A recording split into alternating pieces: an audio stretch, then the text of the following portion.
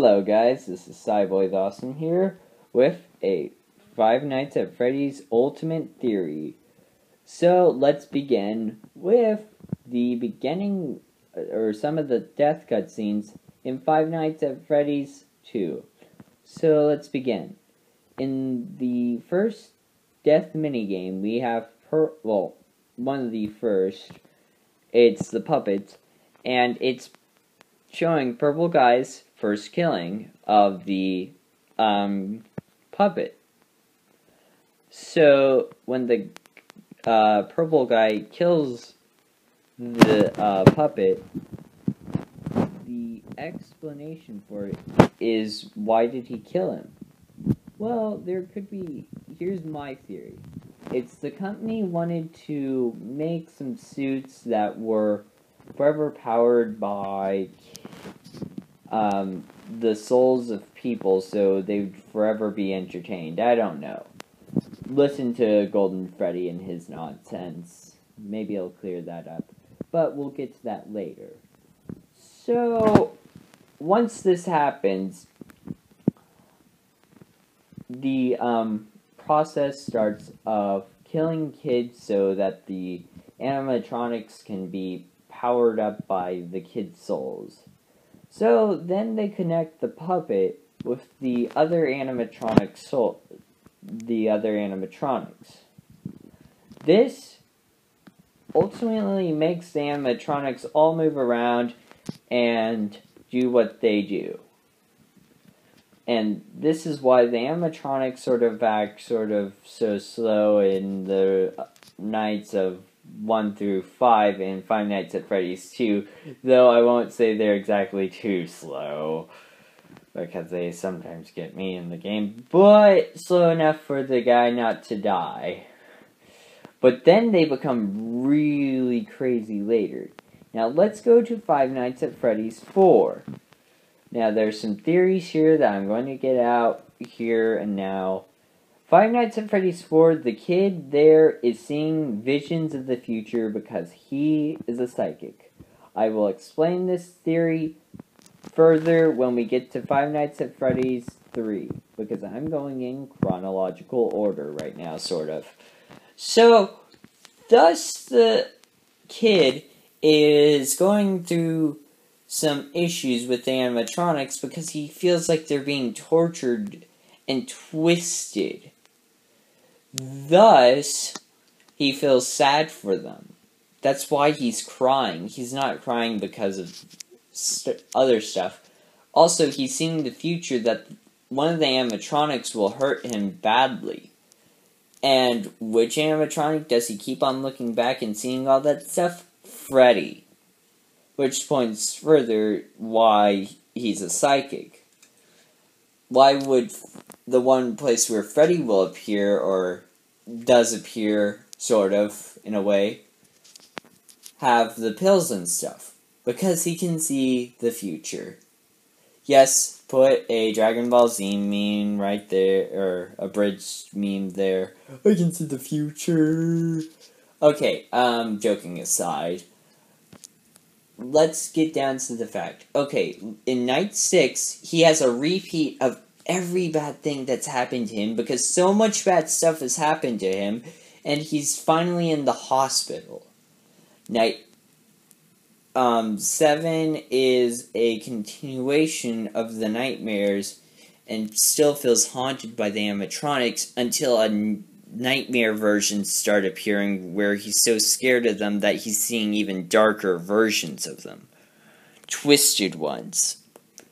Which, then we move, now that the kids, okay, so now we go back to Night 5, when the kid's head got bitten off. The 4 other kids/teenagers, Scott Coffin needs to really work on some teenager models if he's going to show them as crying kids. Though it could be showing their innocence, and that the bad sides of them are the only things that can make them move on, which are represented by the animatronics. Felt like they had done something really bad, so then one of the employees dressed up in a Fazbear suit Purple Guy or Phone Guy. I like to think that Purple Guy is the Phone Guy because we don't really know who Purple Guy is. Yeah. Thus, we connect Purple Guy and Phone Guy. Purple Guy leads them into the room, kills them, and the news story reports that one of the people had killed them, so then they blame some other people, probably, because they know how to use the suits, are put in prison for a pretty long time, and Purple Guy just hides out in Freddy Fazbear's and just hangs out there for a while, and watches over the animatronics. But he's noticed that the bodies have sort of went missing, and they couldn't find it, but they knew they were gone and dead. So, what does Purple Guy do? He looks for them. He looks inside the animatronic suits, can't find them, but eventually sees their souls. So, now we get to Five Nights at Freddy's 1. And here are my theories on why I believe these are the kids. Also, Golden Freddy is connected with the Five Nights at Freddy's 4 kid because some part of his soul sort of gotten bitten off, or his psychic powers are transmitting through that Golden Freddy Fazbear suit. This explains why the Golden Freddy Fazbear suit does not kill you, it just freaks you out, sort of. So yeah, and could prove that maybe Five Nights at Freddy's 1 is connected with Five Nights at Freddy's 4, and it could be the same person you're playing as.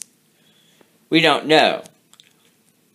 What we do know is that the animatronic suits try to stuff you inside a suit.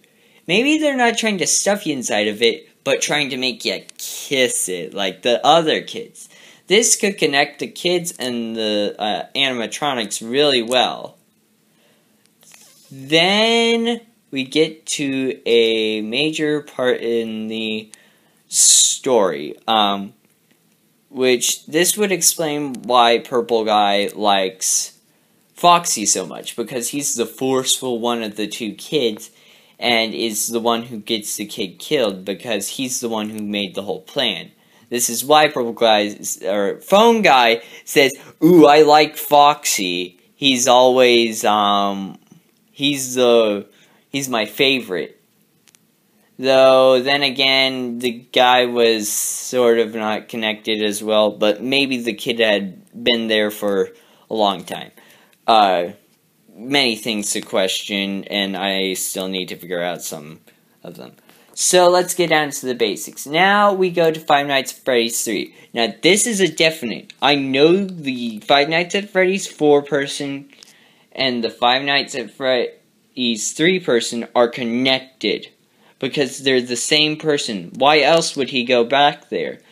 Why would he be able to do all this weird stuff with the walls and games and stuff? He's a psychic. It explains it all. Thus, we get down to some things. The kid's a psychic. Gary, you're a psychic. Or, something like that. But, okay. So he tries to save the kids who had done bad to him, but wants to be revived. He wants to forget this stuff and let them go free, because he's haunted by what happened to them, because they're trapped there eternally. That's why in the good ending, you've freed the souls psychically, but in the bad ending, you haven't. But Springtrap wants you to stop because he wants somebody to be there, to know what's happened. To be there and be tortured forever, because Purple Guys feels like they haunted him too much and kept him around when it's really just himself being haunted by it, the image. So, this is my final Five Nights at Freddy's Ultimate Theory. I hope you guys enjoyed this. Cyboy the Awesome, signing off.